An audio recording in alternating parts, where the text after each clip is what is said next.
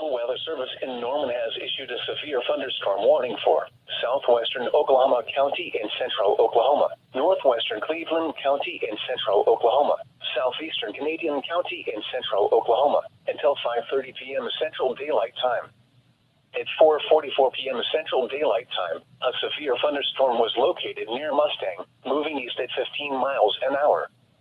Expected hazards include golf ball-size hail. This is a radar-indicated threat. The following impacts are expected: people and animals outdoors will be injured. Expect damage to roofs, siding, windows, and vehicles. Locations impacted include Oklahoma City, Southwestern Edmond, Moore, Midwest City, Del City, Yukon, Bethany, Mustang, War Acres, The Village, Spencer, Nichols Hills, Valley Brook, Tinker Air Force Base, Forest Park, Woodlawn Park, Lake Aluma, and Smith Village. For your protection, move to an interior room on the lowest floor of a building.